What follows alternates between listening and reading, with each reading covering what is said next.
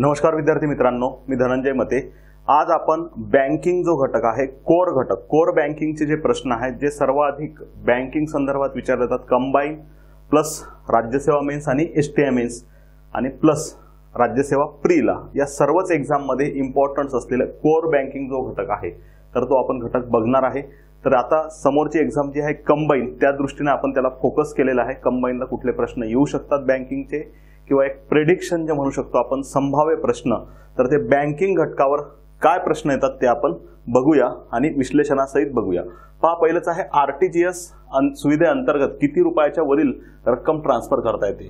मुळात पैसे ट्रान्सफर करताना जेव्हा एका व्यक्तीची बँक ही वेगळी आहे, उदाहरणार्थ स्टेट बँक ऑफ इंडिया आहे आणि दुसऱ्या व्यक्तीची बँक बँक ऑफ इंडिया आहे, एसबीआय मधून बँक ऑफ इंडिया मध्ये पैसे ट्रान्सफर जर करायचे असतील या दोन व्यक्तींना, तर हे व्यक्ती आता पैसे ट्रान्सफर करू शकतात, आधी करू शकत नव्हते। यासाठी दोन सुविधा आहेत, आरटीजीएस आणि एनईएफटी। आरटीजीएसचा फुल फॉर्म आहे रिअल टाइम ग्रॉस सेटलमेंट आणि एनईएफटीचा आहे national electronic fund transfer. RTGS आणि NEFT, real time gross settlement आणि नॅशनल इलेक्ट्रॉनिक फंड ट्रान्सफर। तर आरटीजीएस अंतर्गत 2 लाख रुपयाच्या वरील रक्कम काय करता येते, ट्रान्सफर करता येते आणि एनईएफटी मध्ये 1 रुपयापासून समोरची रक्कम काय करता येते, ट्रान्सफर करता येते। पण एनईएफटी मध्ये वेळेचा काय लागतो, अवकाश, परंतु आरटीजीएस मध्ये रिअल टाइम म्हणजे त्याच वेळेतच पैसे काय होतात, ट्रान्सफर होतात। तर किती रुपयाच्या वरील रक्कम ट्रान्सफर होते, तर 2 लाख रुपयाच्या वरील। तर हा प्रश्न का विचारला असेल, तर आरटीजीएस आणि एनईएफटी यांच्या रिसेंटली वेळेत काय झालेले आहेत, बदल झालेले आहेत। तर ते वेळेत बदल झाल्यामुळे आपण हा प्रश्न इथं कव्हर केलेला आहे। करंट मध्ये त्यांचे टाइम बँकिंगच्या संदर्भात काय झाले, बदललेले आहेत। त्यानंतर आहे आपल्या ह्या ऑनलाईन बॅचेस आहेत, तुम्हाला जी इंटरेस्टेड आहे, करा वाटली तर बिनधास्त कुठलीही पण एखादी बॅच तुम्ही जॉईन करू शकता। आणि काही डाऊट्स असले या व्यतिरिक्त सुद्धा तर माझा मोबाईल नंबर आहे 8180804706। तर तुम्ही या नंबरवर बॅच नाही लावली तरी पण तुम्ही मला कॉन्टॅक्ट करू शकता, कॉल करू शकता, कुठले डाऊट्स विचारू शकता। त्यानंतर पहा बेसल निकष 3। मुळात बेसल निकष जे आहेत तर हे 3 निकष आहेत, बेसल 1, बेसल 2, बेसल 3। बेसल निकष जे आहेत हे bank for international settlement Switzerland इथली BIS या बँकेने ठरवून दिलेल्या 1930 साली ही स्थापन झालेली आहे। भारताने या बँकेचं सदस्यत्व घेतलेलं आहे 1996 साली, bank for international settlement BIS। तर बेसल 1, बेसल 2 आणि बेसल 3।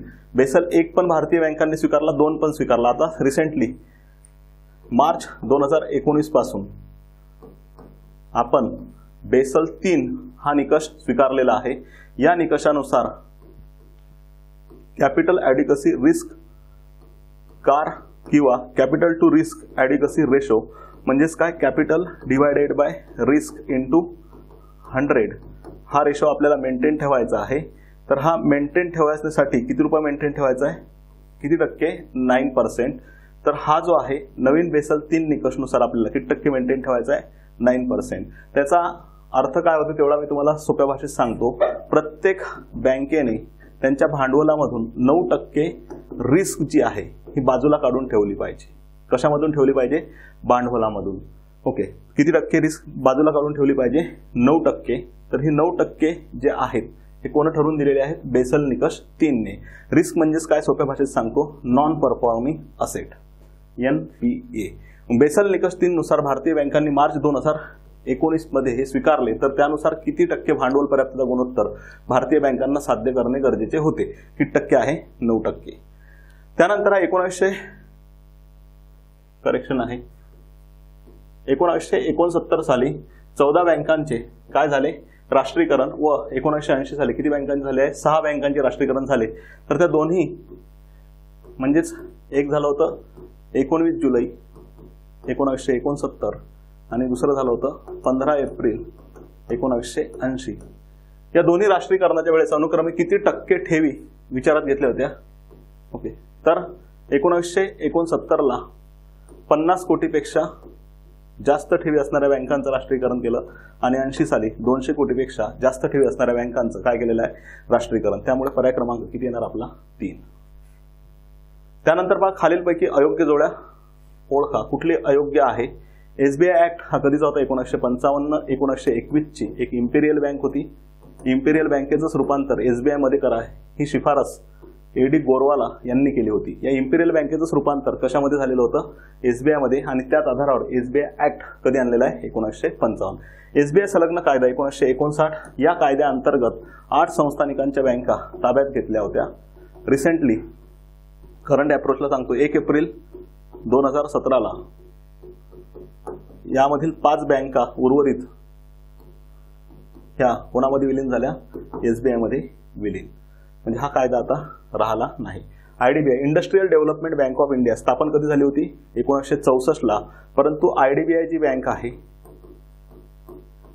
हिची मालकी LICने 51% खरेदी केली. ओके, रिसेंटली करंटमध्ये. तर आयडीबीआय हिची मालकी कोणाकडे आहे? LICकडे. तर आता आयडीबीआयची मालकी सरकारकडून LICकडे गेल्यामुळे आता एक प्रकारची आयडीबीआय ही कुठल्या क्षेत्रात गेलेली बँक आहे? खाजगी क्षेत्रात. RRB regional rural bank act कधी आणला होता? 1976 आणला होता. 1975 RRB बाबत काय आणला होता? अध्यादेश आणला होता. या अध्यादेशाच्या आधारावरच किती RRB स्थापन झाले होते? सुरुवातीला 5 RRB. करंटमध्ये किती RRB आहेत? 43 RRB. यांची संख्या सातत्याने काय होत आहे? कमी होत आहे. कारण की RRB मध्ये वसुलीचा प्रश्न हा सर्वाधिक आहे. त्यामुळे RRBची संख्या हळूहळू काय होत आहे? कमी होत आहे. नेक्स्ट आहे 1969च्या राष्ट्रीयकरणामध्ये. पुन्हा रिपीट प्रश्न आहे कारण की आपण कोर बँकिंगच पाहतो. त्यामुळे प्रश्नांची संख्या जास्त दिसेल. बँकिंगचेच कोर बँकिंगचेच प्रश्न असल्यामुळे बँकिंगचेच प्रश्न दिसतील. 1969च्या राष्ट्रीयकरणामध्ये खालीलपैकी कोणती बँक राष्ट्रीयकृत झालेली होती?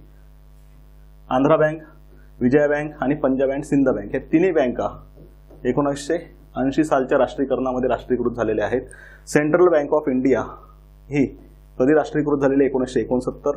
आणि सर्वाधिक ठेवी असलेली बँक होती 1969 साली. सर्वाधिक ठेवी असलेली बँक आणि सर्वात कमी ठेवी असलेली बँक कुठली होती? Bank of Maharashtra. ग्रामीण बँक विषयक कार्यगट कोणत्या समितीच्या अध्यक्षतेखाली नेमला होता? ग्रामीण बँक विषयक कार्यगट 1975 साली कोणाच्या अध्यक्षतेखाली नेमला होता? M. नरसिंहम समिती. कधीची M. नरसिंहम समिती? 1975. ग्रामीण बँक विषयक कार्यगट कोणाच्या अध्यक्षतेखाली नेमला होता? M. नरसिंहम समिती. अग्रणी बँक योजना लीड बँक स्कीम. अग्रणी बँक योजना सुरुवात कधी झाली? 1969. याबाबत समिती कुठली होती? धनंजय गाडगीळ. या योजनेअंतर्गत जिल्हा दत्तक घेणे हे महत्वाचे एक उद्दिष्ट होते.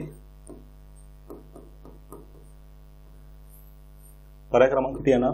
3. अग्रणी बँक योजनेअंतर्गत धनंजय गाडगीळ समितीच्या शिफारशीनुसार प्रादेशिक बँकेने कोणाला दत्तक घेण्याचे ठरवले होते? कोणाला दत्तक कोणाला? जिल्हा. माफ करा, कोणाला दत्तक घेण्याचे ठरवले होते? जिल्हा. तर याबाबत आयोगाचे प्रश्न हे कंटिन्यू आहेत. इथं कंटिन्यू आपल्याला प्रश्न विचारते. त्यानंतर पहा 2019 मध्ये बँकांच्या झालेल्या विलिनीकरणामुळे 2019 मध्ये बँकांच्या झालेल्या विलिनीकरणामुळे सार्वजनिक क्षेत्रातील बँकांचा त्यांच्या भांडवलानुसार योग्य क्रम लावा. सर्वाधिक भांडवल कोणाचं? एसबीआय, त्यानंतर PNB, बँक ऑफ बडोदा, त्यानंतर कॅनरा बँक आणि युनियन बँक ऑफ इंडिया. म्हणजे पर्याय क्रमांक किती येणार आहे? 1. तर यामध्ये पॉईंट लक्षात ठेवा एसबीआय आणि PNB. नरसिंहम समिती 2, नरसिंहम समिती 1 आणि नरसिंहम समिती 2 अशा 2 समित्यांनी काय केलेले आहेत? शिफारशी केलेल्या आहेत. नरसिंहम समिती 1 च्या शिफारशी ह्या 91 सालच्या आणि नरसिंहम समिती 2 च्या शिफारशी कधीच्या आहेत? 97 सालच्या. नरसिंहम समिती 2 च्या शिफारशी पहा. रेपो आणि रिव्हर्स रेपो व्यवहारांना काय करा? सुरुवात करा. त्यानंतर नॉन परफॉर्मिंग असेट NPAचं प्रमाण कमी करा. NPAचं प्रमाण 2% पर्यंत कमी करण्याची शिफारस केली होती. त्यानंतर बँकिंग क्षेत्रामध्ये झालेल्या सुधारणांचे काय करा? परीक्षण करा. ज्या सुधारणा केलेल्या आहेत ते योग्य पद्धतीने झाल्या की नाहीत. आणि SLRचे प्रमाण कमी करा. ही जी शिफारस आहे ही आहे नरसिंहम समिती 1 ची. आपल्याला कुठली विचारलेली आहे? 2 ची शिफारस नाही. नरसिंहम समिती 2 यांनी खालीलपैकी कोणती शिफारस केलेली नाही? कोणती नाही केलेली? SLRचे प्रमाण कमी करा. ही शिफारस नरसिंहम समिती 1 ने केलेली आहे 1991 साली. SLRचं प्रमाण त्यांनी 38.5% 25% पर्यंत काय करा सांगितलं होतं? कमी करा. 2017 साली SBI मध्ये खालीलपैकी कोणती बँक विलीन झालेली नाही? पॉईंट लक्षात ठेवा. 2017 मध्ये SBI मध्ये विलीन बँका बिकानेर आणि जयपूर,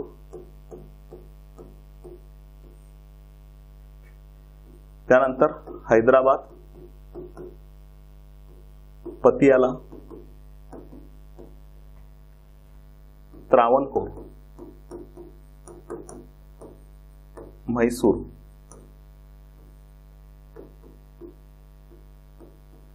आणि 5 ह्या 5 एसबीआय संलग्न बँका विलीन झाल्या होत्या आणि प्लस एक कुठली बँक विलीन झाली होती? महिला बँक.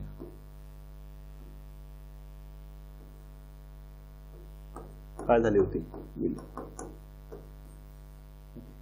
तर बघा, एक महिला बँक ही झालेली होती, पतियाला सुद्धा झाली, हैदराबाद सुद्धा झाली, इंदोर झालेली नाही, ही आधीच झालेली आहे. ओके, सौराष्ट्र आणि इंदोर ह्या एसबीआय मध्ये आधीच विलीन झालेल्या बँका आहेत 2017 साली झालेल्या. बँक ऑफ बिकानेर आणि जयपूर, हैदराबाद, पतियाला, त्रावणकोर, म्हैसूर आणि महिला बँक. लक्षात ठेवा करंट अँगलला. IDBI industrial development bank of India, आयडीबीआयची 51% मालकी 2018 मध्ये कोणी खरेदी केलेली आहे? कोणी खरेदी केलेली आहे? LICने, लाईफ इन्शुरन्स कॉर्पोरेशन. आयडीबीआय स्थापना कधी झाली होती? 1964 साली. उद्योगांना कर्ज देण्यासाठी ही स्थापन झालेली होती. 2005 साली ही मोठ्या प्रमाणात कुठल्या व्यवसायात आली होती? बँकिंग व्यवसायात आली होती.